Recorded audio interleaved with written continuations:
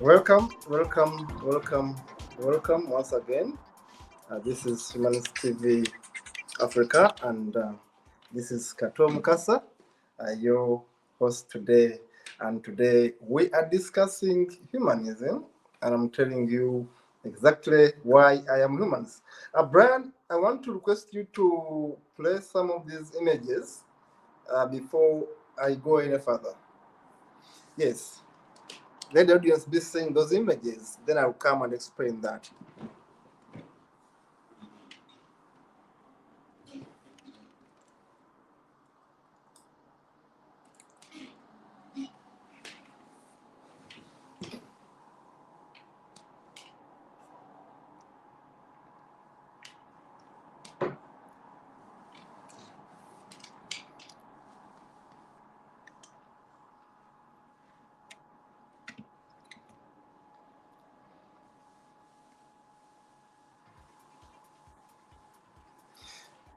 Yes, my name is Kato Mukasa, and I'm going to tell you why I'm a humanist. And this is episode one.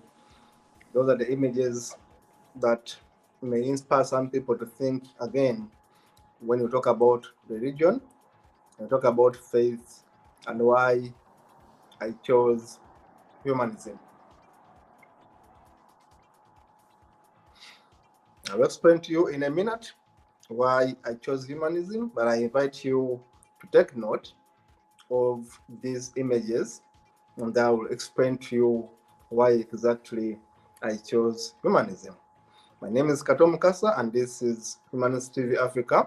Welcome, welcome, welcome, Humanist TV Africa, and please do subscribe to Humanist TV Africa. In the studio with me is Brian Kabeko, who's going to be doing the production with me, and is more likely to join us in the conversation today. I do expect colleagues who are going to be joining in later on. You can see the images of what's happening back home in Africa and why religion has become a binding force to stupidity and laziness and graphism. Yes, I'm going to explain to you exactly why I am a humanist, but remember, this is episode one.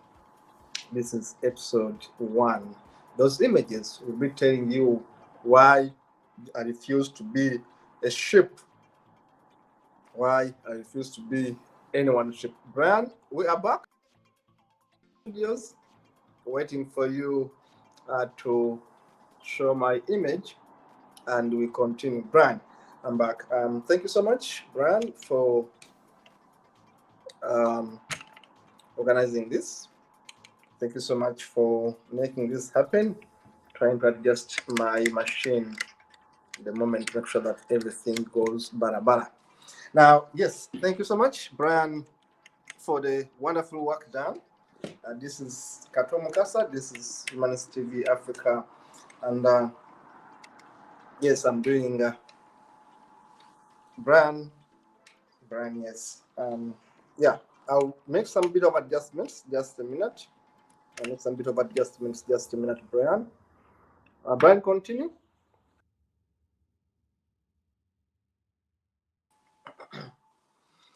I'm ready, Brian. I'm ready. I was making some adjustments with my gadgets here.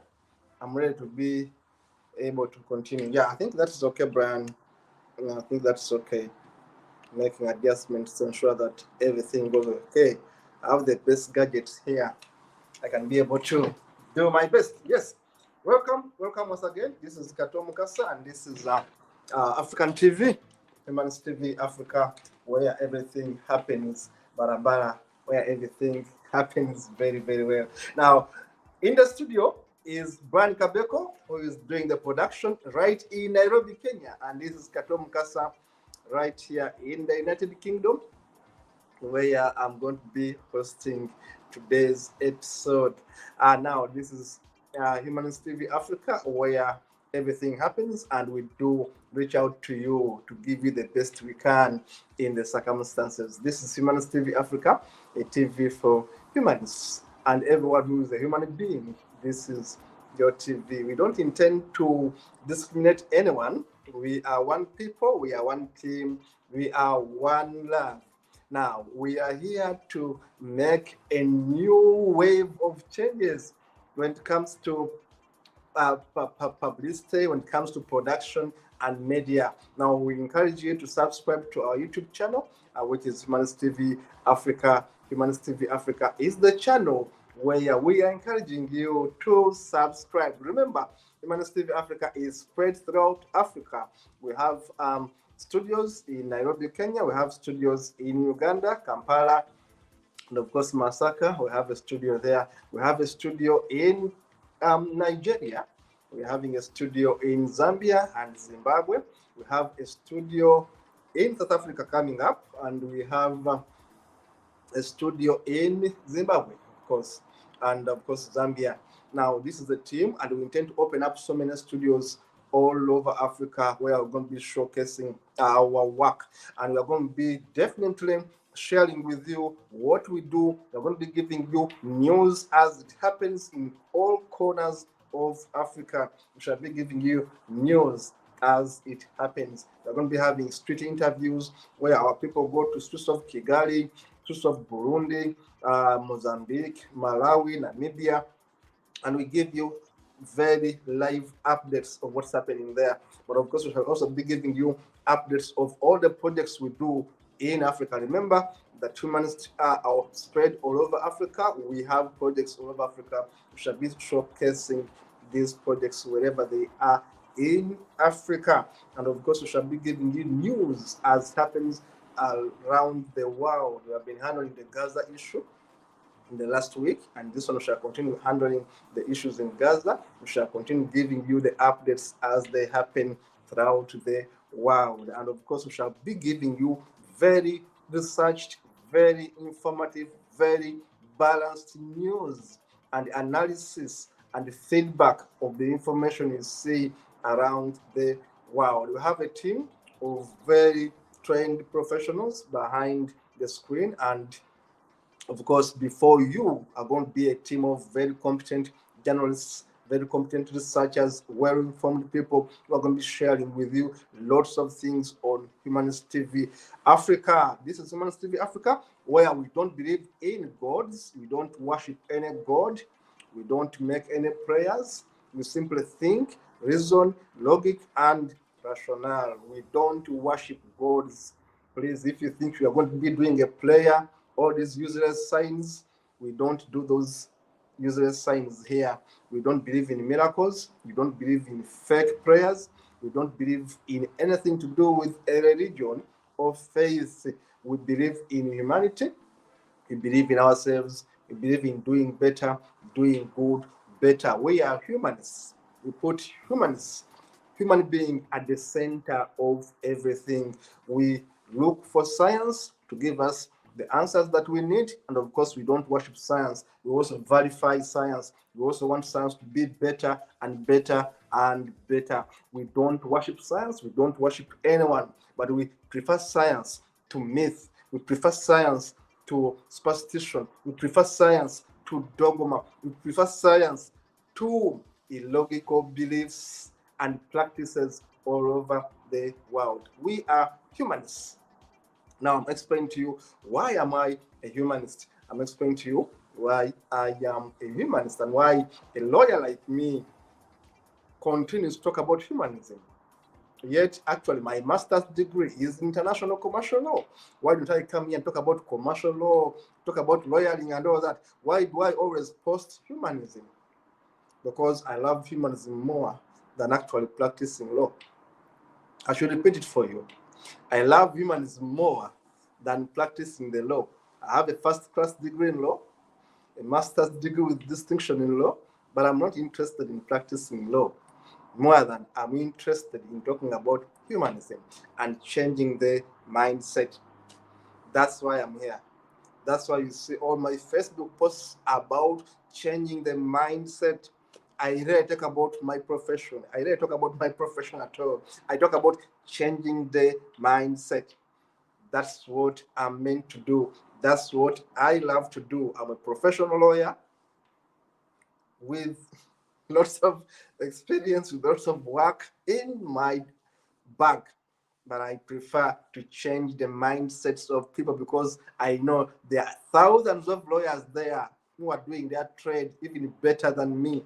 There are thousands of lawyers outside there who are maybe more even intelligent than myself. But I choose to talk about humanism because I find joy in talking about facts and truth than lies so that I can be making money. I do the thing for free. I'm a volunteer with Humanist TV. All of us are volunteers. Why?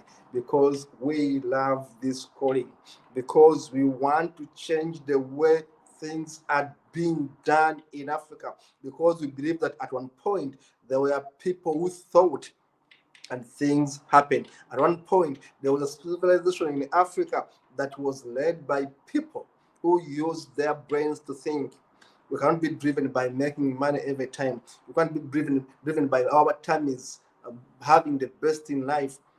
That is okay, but also driven by the motive to change the rationale, the landscape, the paradigm shift of our people's thinking, because it starts in the mind. Now, humans like myself, who are activists, believe that we must change the thinking of our people. I do believe that Africa is stagnant, not because we lack anything. Basically, Africa has everything. And I speak this because I have traveled the world. I've been fortunate enough to travel the world. Mention a country that you think is so important, and I'll tell you, I have been there. I've been in these cities. I've been in these villages. I've seen poverty in the United States. I've seen homelessness in the United States because I was there. I've seen street people, beggars in Washington. So what are you talking about? These are the same countries, same problems. We don't simply see them. Now, because I've seen the world, I think what is important is to change the mindset of our people to make it better. It is to change, to make a contribution. Whether I'm going to stay for another 1 year, or 10 years, or 20 years, or 30 years, I want to use 50% of my time changing mindsets. So why am I a humanist? Because I'm interested in changing the mindset of my people. When I say my people, I start with my village where I'm born. I start with my community. I start with my sub-county, my district, my country, and my world. Now, I want to change the mindset of my people, and I want to do it with a combination of people because I know I cannot do it alone. And I've been saying this over and over that my journey has been sponsored by so many people, by so many loving people all over the world. People who are not related to me at all, but because we are one human beings, one race. People have been supporting me to do the work I've done for the last 20 years. Those people, I salute them so much and I respect them. And it's because of those people that I keep on coming here, because behind me are people who believe in what I do. They don't even believe in it, they think that I am right to do what I do. That's why I told you I'm not interested in practicing the law than talking about things I talk about. The law may wait, but I want to talk about these things. I may go and teach it as I used to, but right now I want to talk about things that change the mindset, that change the thinking of our people. Now, why am I a humanist? Because humanism is the way to go. Because people are fighting in Palestine and Israel because they lack humanism. Those people there don't have humanism in them. And when I see humans keeping quiet, when Israel is bombing Gaza, I wonder which type of humanist we have. When I see people keeping quiet, when Hamas is bombing Israel, when Hamas is killing Jews and Israelites, I wonder which type of people do we have. People who have lost humanity. When I see the mayhem in Ukraine, in Yemen, in Afghanistan, in Sudan, in Eritrea, in Congo, people dying in northern Nigeria, I just say that we have lost it as human beings. We don't lack money, we lack humanism. We lack Ubuntu. We lack being humane. The world doesn't lack anything apart from humanism. Until when people realize that we can have all the money, that the money may go in a minute, that people had money in Palestine, but their country is being bombed carpet. Whoever had a flat, had a car, the car becomes useless. The house becomes useless. Your business in Gaza has become useless. And it can become useless in my own country. It can become useless anywhere. Why? Because people are shameless. People don't think logically. People think because they can go to the toilet, they can feed themselves, they can go to work. But actually, people don't reason. People rarely reason. People rarely employ logic. That's why when I was growing up, I wanted to be a philosopher. Like Socrates was my mentor, like Voltaire, like Leo Tolstoy, like Fyodor Dostoevsky, the one I was talking about yesterday, like Mark Twain, like Shakespeare, guys who thought, like Wallace Soyinka, my African mentor, like Chinua Achebe, like Amachi Alechi Amadi, guys who would think for Africa, guys who would think for the world. People like Malcolm X, people like Karl Marx, people that shaped my thinking, people like my grandfathers. I wanted to be a thinker like them because I thought, and I still believe, rightly so, that we can only change the world if people can think and reason. A people who pick bombs, who pick missiles and kill children, pregnant women, old men and women, those people don't think rationally. They can think to use the gun, yes, they can think. But do they think logically? No. Do they think rationally? No. Because they think that by bombing people in Palestine, they are going to end the war. They are going to protect Israel. And I tell them, you are very misfortunate not to be logically sound. You are dense. You are stupid. If you think that by bombing Gaza, you are going to create peace in Israel, you must be insane. And that's why I'm saying that people need humanism. Logic. Think. When you kill someone's father, after 40 years, it's going to come back for you. They're in exile everywhere. They are going to come back and bomb you 40 years from today. So you're postponing a problem. The solution is to sit down and discuss and solve this problem. It's not bombing them because you will never kill an idea. You are not thinking.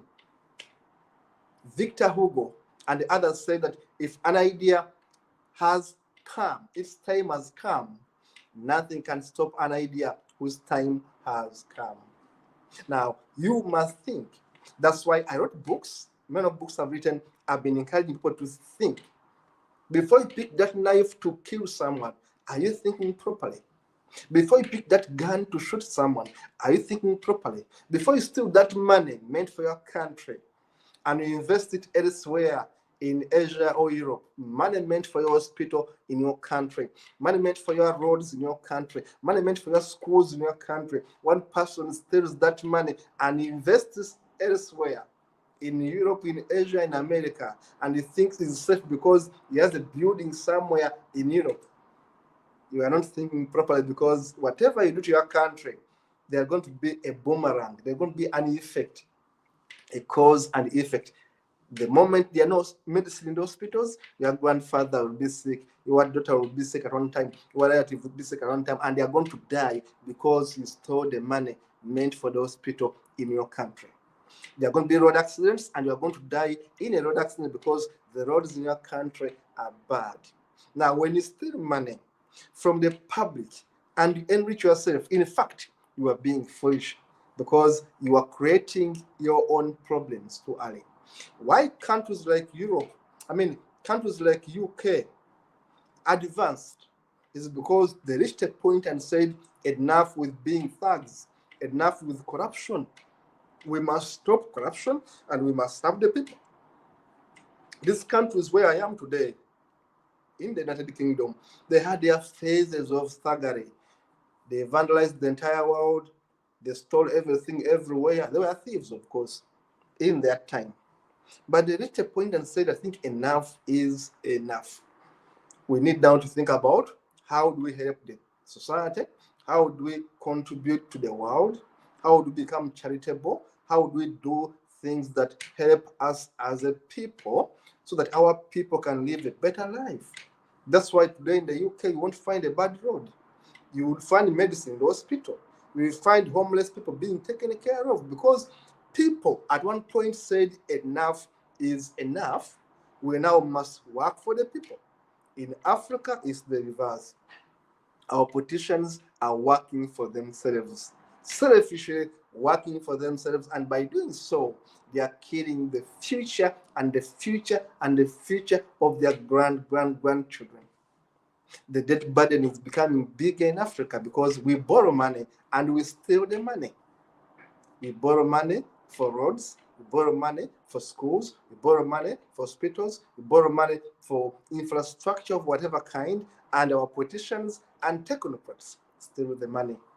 Now, we are not thinking in Africa. So instead of practicing law, I chose to talk about these things. Instead of becoming too rich, as people assume that we must make money in life, I thought that changing mindsets, like Socrates did, like Plato did, like Aristotle did, like Chinua Achebe did, Horace Inca did, Gugu Wathengo did of the time when I was reading. Osman Sembane of Senegal did.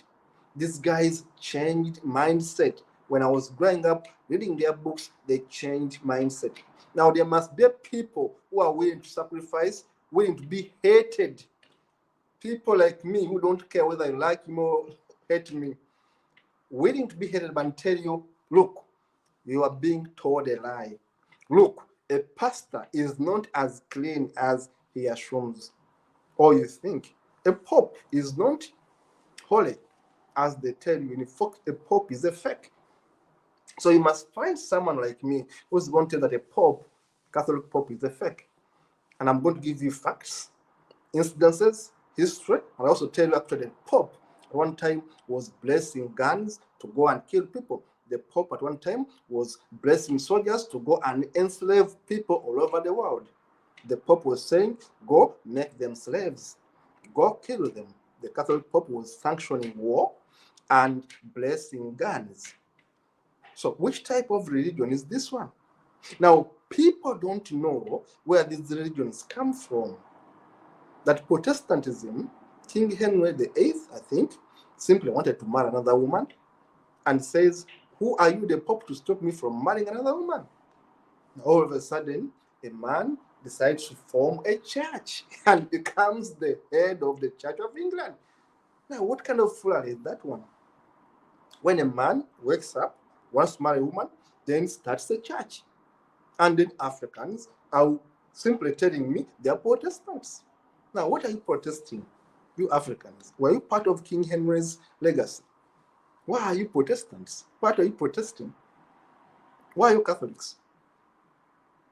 Do you know the meaning of Catholicism? Even the meaning of the word Catholicism. Now, these are the things we come and talk about because our people are ignorantly poor. People who sleep in churches in Africa will die poor. As I speak right now, it must be about 9 p.m. in Uganda or in East Africa. People right now are in church for what they call night prayers.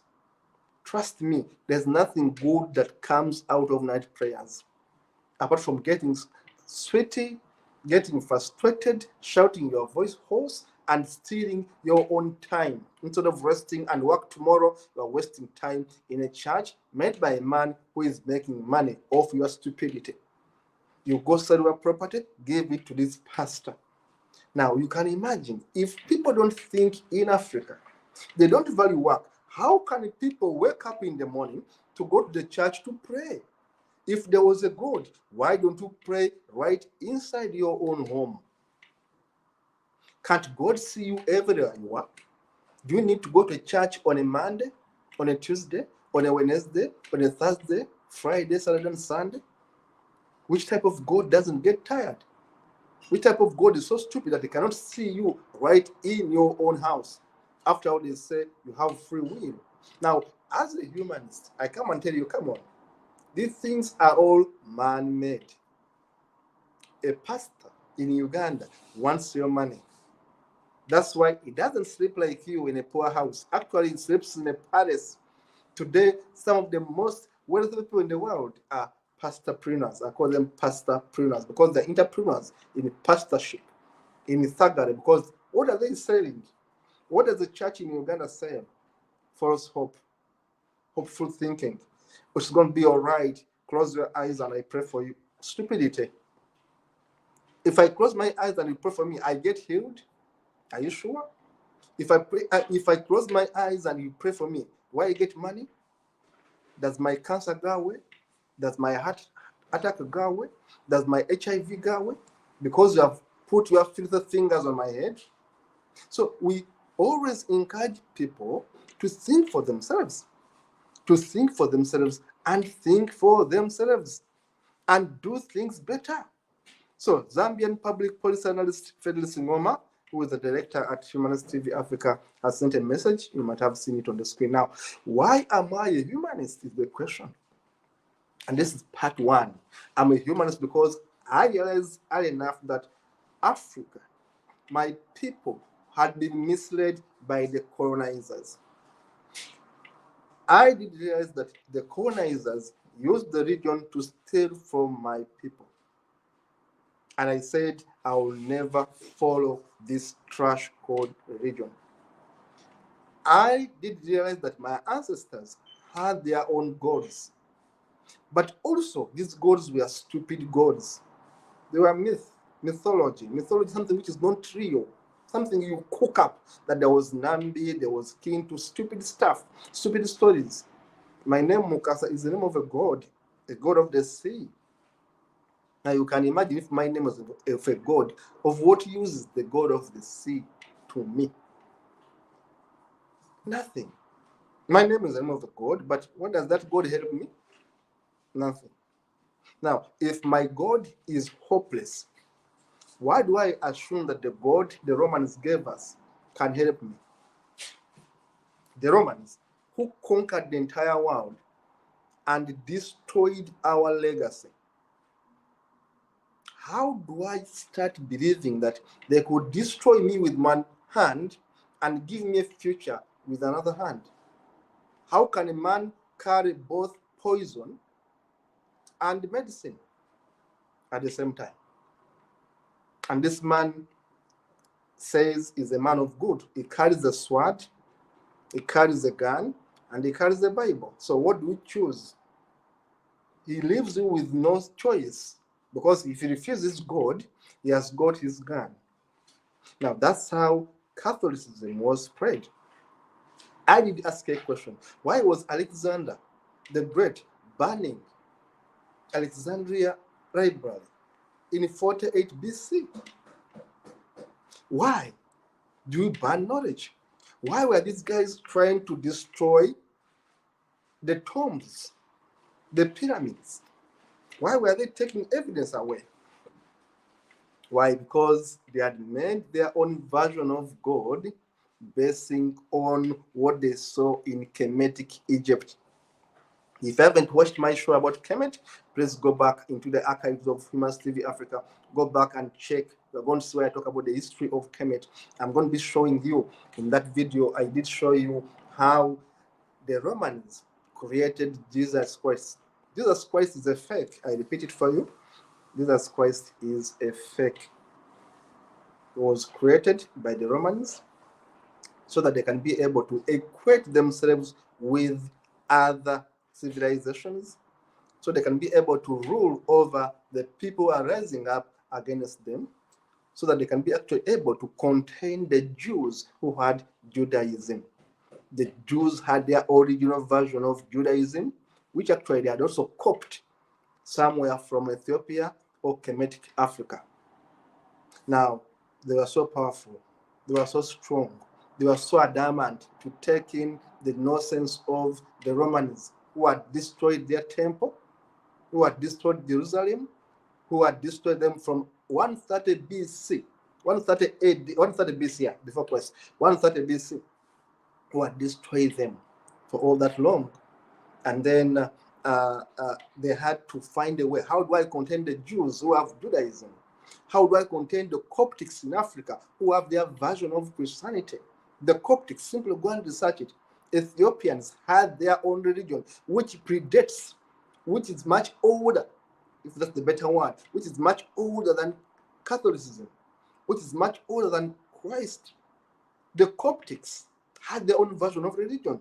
The people in ancient day, I thank you, my brother, Hype, Council Hype, Bonner. Thank you so much, sir.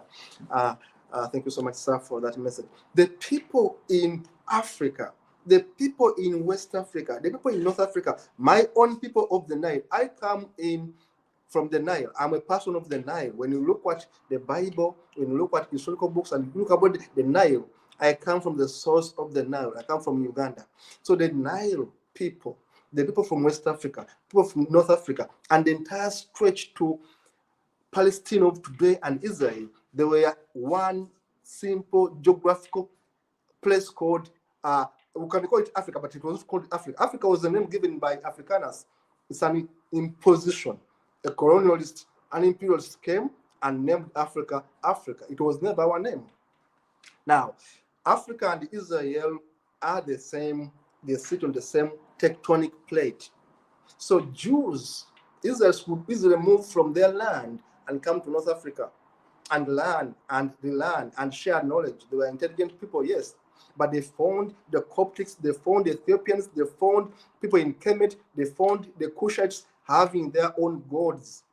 That's why I'm telling you that in Ethiopia, there is a religion which is far older than Christianity. Simply go and research it, simply use your phone and Google.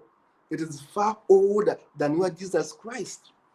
Now, everything comes in place when I began reading and said, if Africans had these own versions of God, why were the Romans destroying them? Why were the Romans imitating them? Why? The Romans simply became jealous. They thought, how can black people have Osiris? How can black people have Isis? How can they have Heru?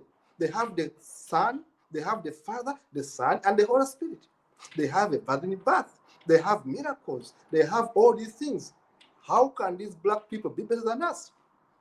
So the Italians call them the Romans, the Roman Empire, thought otherwise. How do you destroy them?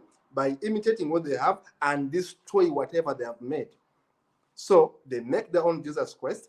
Out of whom? Out of Isis, the God Mother or the Spirit, out of Osiris, the God Father, the Creator, and out of the Son God, God Heru, Asa, Ura, and Eri. They create their own God. The Trinity comes right from Kemetic Egypt. The Trinity, the so-called Trinity, 3 in 1, comes right from Kemetic Egypt. And Kemetic Egypt, I've told you, starts from the Nile, from the Congo, and stretches up to Palestine. That was the entire Kemetic. Kemet was never Egypt. Egypt was simply created of recent. There was nothing like Egypt.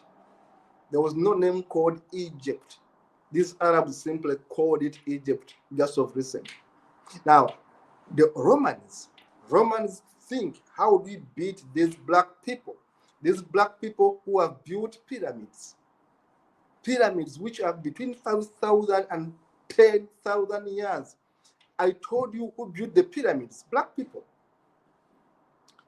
Look out these names I'm going to mention. Look at Joshua, Djoser, Pharaoh Doja, and find out which pyramid did he build, because the evidence is there. Look at Pharaoh Teti, look at Nuni, look at Khufu, look at Ramses I, Ramses II, Ramses III. Look at Tutankhamun. Look at all those. The pyramids were built in 2780 BCE. 2780 BCE. They are building the first pyramids. Ask yourself, when was the pyramid of Giza built? It's over 5,000 years. When was that Jesus Christ created? What Jesus Christ was created about 2,000 years. When was Socrates alive and talking sense? Socrates was alive before Jesus Christ was created. Confucius in China was alive before Jesus Christ was created. Buddha, and many others were smart guys better than Jesus Christ. So what do the Romans do? The Romans must find a way to beat the Chinese. They must find a way to beat the Indians. They must find a way to beat the Jews. They might find a way to beat the black people who had given them a god, Osiris, Isis, and Hell, whose god, they were even a black god on their own coins. Simply look into history. The first man they had a black god on it. Why were they worshiping black god? Why were the Romans worshiping black god? Go in the archives, look for their first monies. You will trust me. You will find out that they had black gold put on their coins. Why? Because one, they were never racist. Two, they believed in a black god. They believed in Isis. They believed in Hell. They believed in Isis, Osiris, and Hell. Who are their gods? The Greek had Zeus. The Greek had Hera. The Greek had Demeter. The Greek had Ars, Piston, Zeus, Hera, Aphrodite, Apollo. Those were the gods of the Greeks. What were the Romans have? All these moons, I mean, the stars, all those names, Jupiter, Neptune, Mars, these were gods of the Romans, the Apollo and all that.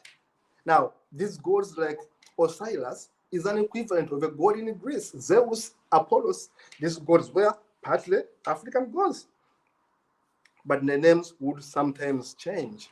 So Romans want to beat Africans. Romans want to beat Chinese. What are they doing? Romans want to beat Jews. What are they doing? They create a Jesus. They create their own version. Don't you ask yourself, how come that we have a James and a Matthew in a Bible when you say that Jesus Christ was born in Bethlehem? When do you think, honestly, how can someone born among the Jews have apostles called John, Matthew, whatever the names they were, having Mark? What the hell is that? How do you find a Mark among the Arabs? How do you find a John among the Arabs? People must start to think. If Jesus was born in Bethlehem, how come he's called Jesus? His name is different. So why don't you ask before you shout Jesus, Jesus? Why is Jesus called Jesus when they say he was born among the Arabs? Because Jews are part of the Arabic Semitics. They are not Caucasians. Never. Apart from intermarriages today, where they have been now mixed. But initially, they were Semitic, pure Semitic. So how come that you see Caucasian names among the apostles of Jesus Christ? How come that the name of Jesus is corrupted from Yeshua, what it was, to Jesus? Use your brain. It means that the Romans, the Italians, in their conquering spirit, wanted to conquer the mind. That's why 325, the year is 325, the Emperor Constantine has a council of Nicaea where he calls people and tells them, look, we want to harmonize these books we have been writing to make one book, to make one Bible, and therefore a canonicity, a method of selecting which book makes it, which book doesn't make it, is started. Why? There are so many books out there. Everyone claims to have seen Jesus who never existed. Everyone claims to have written a book out of theories and mythology. Mythology are stories unfounded. Now, what does Emperor Constantine do? 235? After the death of Jesus Christ, he calls a council of Nicaea, and then he calls bishops. One of them actually was a black man, others were Caucasians. And then he says, let us harmonize these books. What happens? About 20 books are kicked out, the so-called Lost Gospels. Go in your Google and search for, put in the word Lost Gospels. You'll be surprised what the Lost Gospels were saying. Ask yourself, what were the first languages in which the Bible was written? dead languages. And which were these dead languages? Who were the owners of these dead languages? Ask yourself, come on, think. So the entire concept of Christianity is a lie. And similarly, the entire concept of Islam is a lie. You get a fighter who wants to extend an empire, he then creates a religion, he witch hunts Jews, kills them, witch hunts the entire Gulf of today. He wants to spread the religion, he calls it a religion of peace, yet he's murdering people, forcing them to do as he wants. He's marrying young kids as young as 11 years, and he tells you he has been given a miracle from a certain God. Delusional people forming religions. Why? They were tools of empowering the politician. So religions are man-made. In brief, the religions are man-made. Once we wake up as people in Africa and say, look, we don't need to worship these religions. Whether they are our own, they are useless. I always say religion, whether it's your own, is useless. Remember the word religion? Go in the dictionary. Something that ties you back and binds you. A Latin word, religion, Latin word.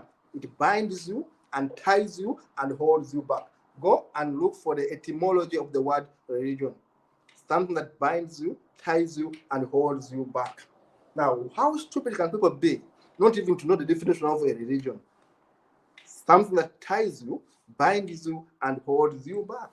Then why do you keep yourself held back? Now, this is why as humans say, no, we must come out and warn people. It's good to have the money, to be so wealthy, to live a good life, but if people are so stupid, they are going to be sacrificing their own children. Look at what the Bible says. That a certain man called Abraham was going to sacrifice a son. Why? Because this God is a God of blood. This God loves to see people dying. That's why this God can send floods to kill people, which actually floods never happened the way they were claimed. That's why this God can send fire to kill homosexuals, which never happened in reality anyway. Now, all these stories are concoctions. They are made up. Now, as a humanist, we think the world can be peaceful if people knew the truth. That's why I want you to use the time you have watched this video to think again. What was this man talking about? Is there some sense in what he was saying? Is there some truth in what he was saying? Or was simply talking words? I'm telling you, religions will not take you anywhere. We are fighting each other because of religions. For the first time in Uganda, there were religious wars because people from Canterbury, the Protestants, were fighting people from Paris, the French, the Catholics were fighting the Protestants. All of them are Ugandans. But fighting, someone says, me, I'm a Catholic. Since when are you a Catholic? The other one says, me, I'm a Protestant. Since when is a Ugandan a Protestant? When are you a Protestant? When are you a Catholic? Are you Roman? Are you Italian? Well, therefore, are you a Catholic? Therefore, why should we be fighting another person because of Catholicism? The same thing happens in Nigeria. Look at Nigeria and cry. The entire northern part is Islamized. I was watching a video where girls wear as if they're in Saudi Arabia. People are beheaded for simply disagreeing. My brother Mbala is in prison. Why? Because he dared to say he doesn't believe in Allah. And why? His own father put him in prison. The punishment is 24 years in prison. Mubarak Bara, we have been saying, release the man. He's innocent. He has the wisdom to think for himself. He's not his own father. His father can be in Islam, that's okay. He's a different person. He wants to think for himself. But why are you punishing back Bala? Why did you kill Deborah Samuel, a young girl, lady at a university who was burnt alive simply because he disagreed on a WhatsApp? On a WhatsApp.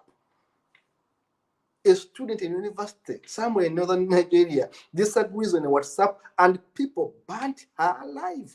A teacher, somewhere in northern Nigeria, was flamed for having thrown a Quran down and she was burnt alive. These are Africans who claim to be Muslims. Yet when you go to Saudi Arabia, Basically, Africans are taken as dogs. I have people who work there, who work in these Arabic countries, and I know how they treat black people. Even when you are Muslim, they think you are second-class citizen, and then you think you know their God better than them, when actually they no longer believe in their God. Many of them no longer actually follow their God. And you think the Muslims, the Arabs, brought your God, and you want to kill your own people over their God. Even when you go to their countries, they still discriminate against you. They look at you as a dog, as an animal. Why? Because you are black. Because in their Bible, in their Quran, black is inferior. Now, you kill each other without even knowing what their Quran talks about you, what their Quran says about you. So, Brian, I want to summarize this by having the images. We are going to run them in the next 7 minutes, and we shall say bye-bye to episode 1, why I am a humanist, because I want to think for myself.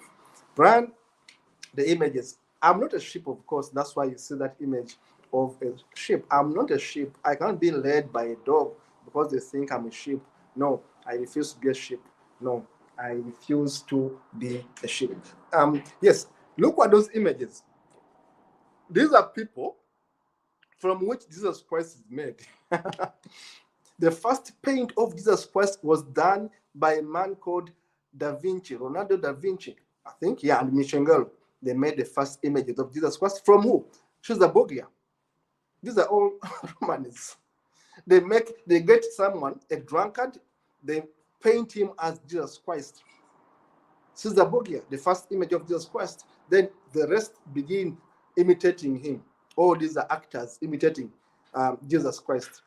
Cavizero Jim imitated Jesus Christ. Robert Powell acted as Jesus Christ. And you find Africans putting these images of Robert Powell, Jim Cavenders, and all that. All these images, Africans put them in their houses. Diego Mogado, all these. You find an African with the image of Diego Mogado, an actor.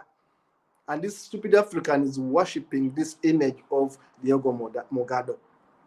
And then they think they are thinking so much. We must stop this kind of laziness. People must start thinking for themselves that the first image of Jesus Christ was a man called Caesar Borgia. And they got 12 thieves, painted them to become 12 disciples. The first image, go and read history. 12 thieves became 12 disciples. They simply went to a prison around there, got 12 people who were thieves in a prison, painted them to become the disciples, and all of people are worshiping Roman thieves who became the disciples in the image. Now look at this story of a man who fights with with the lion. Who can fight with the lion? Why don't you go and fight with it today if you have a God? These are all lies. These are mythologies. Like you can say a man entered someone's a fish's stomach and stayed there. It cannot be true. You cannot enter into a fish's stomach. It's not possible. Brian, go ahead and show the images. Very fast, Brian, this time. Look at these Africans that they are healing people, and they can only do the healing in church. Tell them, if you are healing, why don't you go to hospital and heal people? They will never go to hospital. These pastors can only heal in a church. They will never go to hospital and heal people. They will never go to a streets and heal people. They will never do anything serious. They are simply playing on your mindset. Brian, very fast. Look at this delusional man. A man hears voices. In fact, if today you hear voices, you are mad. Any person who hears voices and talks about, I'm hearing a voice from God, you are simply mad. Go and see a psychiatrist, go and take medicine. Look at this guy. That Islam hates music. I mean, I like music, I like poetry. How do you say Islam hates music? And I follow such a religion of cowards. So reality, there are no people who go to reality. But religion, everyone goes to religion. Why? It's a make feel good effect. You feel good when you are religious, or you feel good because you are going to go to heaven. Where is heaven? There's no heaven. Heaven is here. Hell is here. We are having laws. I've talked about my brother Bala, who's in prison. People say blasphemy. How would you arrest a man for speaking what he wants? Look at these images, honestly. Look at this. It's a bag of sand, and some cement and some paint, and they make for you a mother of God. The Romans have made for you that. The Italians made for you that. And then you worship that. The ancient Egyptians called again. They said they want their story back. Exactly, because the story came from Kemet. The story came from Kemet. Look at that. They want their story back. The original sun god was called Horus. You can Google it, please. Educate yourself. Google it. The Romans got Horus and made him Jesus. The original mother of Horus was Isis. The Romans made, you can see Isis, that black woman there, that was a god with the son Horus. Now the Romans got Isis with her son Horus, and they made Jesus, and they made Mary and her son. You can imagine. That is how dense we have been. Because we don't read, we don't research. Whatever we're being told, we simply accept. That is another thinker called Neil deGrasse Tyson, one of the best thinkers in this century, this guy here. He says, if you believe in the Christian story of Jesus, you can't call Scientology crazy. Exactly, because Scientology and Christianity, the difference is a bit there, but not so big. You must all be crazy. To believe in Jesus, you must be crazy, just like Scientology. Please continue. Yeah, these guys laugh at you. They laugh at you, honestly. They laugh. These are politicians, the Pope and his bunch of priests. These are all politicians. They simply laugh at you because they know you don't think. One of the best thinkers is Christopher Hitchens. I've read his books. He's now dead. He said that we keep on being told that religion, whatever it is, its imperfections, at least instills morality. You can imagine. They say religion is good for our behavior. Who tells you? On every side, there is a conclusive evidence that the contrary is the case, and that faith causes people to be more mean, more selfish, and perhaps, above all, more stupid. I agree with Hitchens. Jesus loves slavery. That's true. Jesus loves slavery. In fact, the boat that took slaves in the US was called Jesus. I think it took them in the UK or US. The boat that was used to take slaves in the US, one of the boats was called Boat Jesus. So they used Jesus even to enslave people in Africa. Now look at this. Wait a minute, Brian, I'm going to explain this diagram very well. Now, remember I talked about the three gods of Kemet. Kemet is not Egypt. Don't confuse Egypt with Kemet. Kemet was the Africa then. Much of it was Kemet. Now, these Africans had God called Ra. And they had Eri, and they had Isis. By the way, the word Israel is got from these words. Let me even explain it. You see the symbol of Israel, the logo of Israel up there? Add Is, add El, add Ara. Israel, add Is is the spirit, that is Is, add Ara, Ara, and then add Il. This is Israel. Israel is got from three gods of Africa. I repeat this for you. It's here on the screen. Israel is got from a god called Is, the spirit, the mother god, from a god called Ra, and from a god called El. Israel is a name god from gods, mythological gods.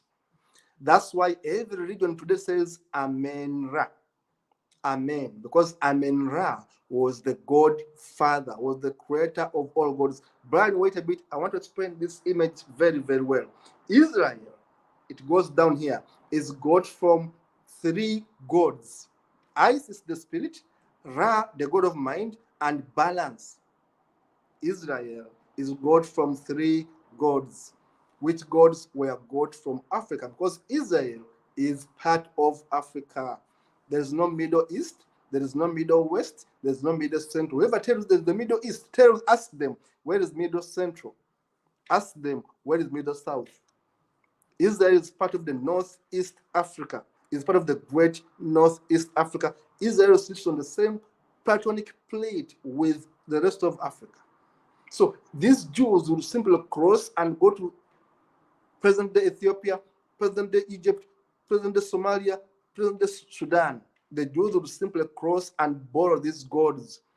Their name of a country is God from three gods. I've shown it to you there. Isis, the spirit, Ra, the mind, and El, the balance. Brian, we move on. I'm happy with this explanation so far. Mark Twain, one of the best thinkers, says that stripping away the irrational, the illogical, and the impossible, I'm left with atheism. I can live with that. Mark Twain. I love Mark Twain. One of the best, one of the best of the best.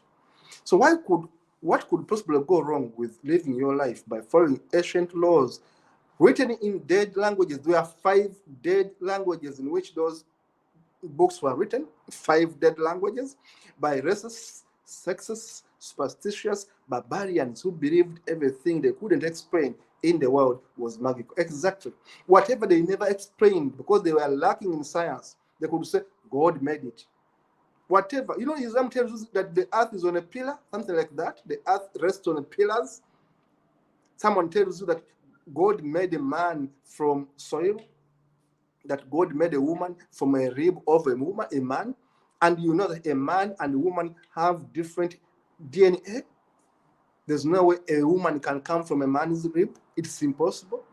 But someone who wrote the so-called Bible said that God made a man sleep and made a woman out of the man. Are you serious? So, Brian, thank you so much. Brian, thank you so much for these slides. Brian, I want to end it here because I've run short of my time. I've short out of my time. I have 2 minutes to go. Yeah, thank you so much, Brian. Thank you so much for the audience being a nice one. I'm so happy I had your attention today. Please, don't take it personal. Think about what I have said. Think about what I've said. My name is Kato Mukasa. Stay well, stay connected, stay positive, keep the hope alive. See you in the next one.